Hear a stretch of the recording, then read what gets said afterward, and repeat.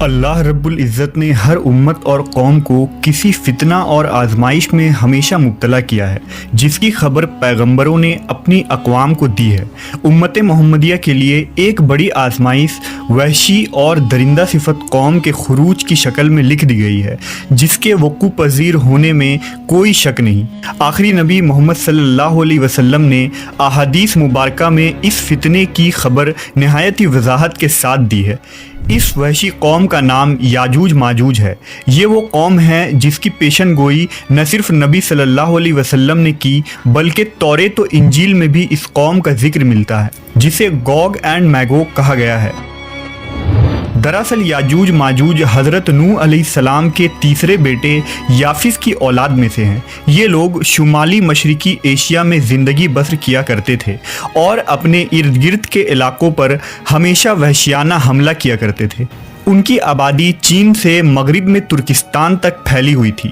روایتوں میں آتا ہے کہ یاجوج ماجوج بنی آدم میں سے ہیں، اور اگر انہیں پوری دنیا میں چھوڑ دیا جائے تو تباہی مچا دیں گے اور لوگوں کی معیشت تباہ کر ڈالیں گے۔ ان میں سے ہر کوئی آدمی اس وقت تک نہیں مرتا جب تک اپنی 1000 یا اس سے زیادہ اولاد نہ دیکھ لے۔ ان کے چہرے تہ بتہ ڈھال کی طرح ہیں۔ یہ لوگ لمبے قد کاٹ کے ہیں، جو صنوبر کے درخت کے مانند ہے۔ ان میں سب سے لمبا شخص 3 بالش تک کا ہوتا ہے۔ یہ جس جاندار کے پاس سے گزرتے ہیں انہیں کھا جاتے ہیں۔ یہ موسم بہار میں اپنے غاروں سے نکلتے ہیں اور سبزہ کھاتے ہیں۔ ان کے پنجے اور دانت درندوں کی طرح ہیں۔ ہزاروں سال قبل اس روئے زمین پر اللہ کے ایک نیک بندے کی حکومت تھی، جنہیں ذوالقرنین کے نام سے جانا جاتا ہے۔ اللہ رب العزت نے ذوالقرنین کو زمین کے ایک بڑے حصے پر بادشاہت عطا فرمائی تھی۔ آپ نے مشرق و مغرب کا سفر بھی کیا تھا۔ مورخین کے مطابق ذوالقرنین کے نام سے قرآن مجید میں جس شخص کا ذکر آیا ہے، دراصل وہ ایران کا عظیم بادشاہ خورس تھا، جسے سائرس اعظم بھی کہا جاتا ہے۔ جب حضرت ذوالقرنین نے شمال کا سفر کیا تو آپ کا گزر مشرقی ترکستان اور مغولستان کے علاقوں سے ہوا۔ یہ علاقہ 2 عظیم پہاڑوں کے بیچ آباد تھا، اور پہاڑ کے اس پار یاجوج ماجوج رہا کرتے تھے۔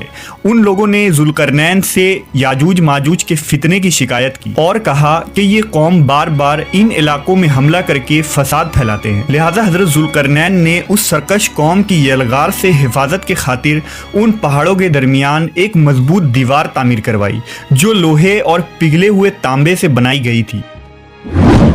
تعمیر مکمل ہونے کے بعد آپ نے اللہ کا شکر ادا کیا اور لوگوں کو آگاہ کیا کہ یہ دیوار وقتی طور پر اس قوم سے حفاظت کرے گی، لیکن ہر چیز فنا ہو کر رہتی ہے، لہٰذا ایک دن یہ دیوار بھی ٹوٹ جائے گی اور یاجوج ماجوج ان علاقوں سے نکل کر تمام زمین پر پھیل جائیں گے۔ جیسا کہ اللہ نے قرآن مجید میں ارشاد فرمایا، یہاں تک کہ جب یاجوج ماجوج کھول دیے جائیں گے اور وہ ہر بلندی سے دوڑتے ہوئے آئیں گے اور سچا وعدہ قریب آ لگے گا۔ حضرت ابو ہریرہ سے روایت ہے کہ رسول اللہ صلی اللہ علیہ وسلم نے فرمایا، پھر وہ دیوار توڑ کر لوگوں پر نکل آئیں گے، سارا پانی پی جائیں گے، لوگ قلعہ بند ہو جائیں گے، وہ ہر ٹیلے سے بھاگتے ہوئے آئیں گے، ان کے اگلے افراد بحیرہ طبریہ سے گزریں گے تو اس کا سارا پانی پی جائیں گے، اور ان کے آخری افراد وہاں سے گزریں گے تو کہیں گے کہ کبھی یہاں پانی ہوا کرتا تھا، اور حضرت عیسیٰ علیہ السلام اور ان کے ساتھی محصور ہو جائیں گے، یہاں تک کہ بیل کا سر تمہارے موجود 100 دیناروں سے بھی زیادہ قیمتی ہوگا۔ وہ اپنے تیر آسمان کی طرف پھینکیں گے، جنہیں اللہ خون لگا کر نیچے پھینکے گا، تو وہ کہیں گے ہم نے آسمان والوں پر بھی غلبہ پا لیا ہے، جس طرح ہم اہل زمین پر غالب ہیں۔ ایک روایت میں ہے کہ بے شک یاجوج ماجوج روزانہ دیوار توڑتے رہتے ہیں۔ جب وہ مکمل ٹوٹنے کے قریب ہوتی ہے تو انہیں سورج کی شعاعیں نظر آتی ہیں۔ اتنے میں ان کا بڑا کہتا ہے، چلو باقی کل توڑیں گے، تو اگلے دن اللہ اس دیوار کو پہلے سے بھی مضبوط بنا دیتا ہے۔ جب ان کی قید کی مدت ختم ہو جائے گی اور اللہ انہیں لوگوں کے سامنے ظاہر کرنا چاہے گا، تو اس دن جب وہ سورج کی شعاعیں دیکھیں گے تو ان کا بڑا کہے گا، چلو انشاءاللہ باقی کل توڑیں گے۔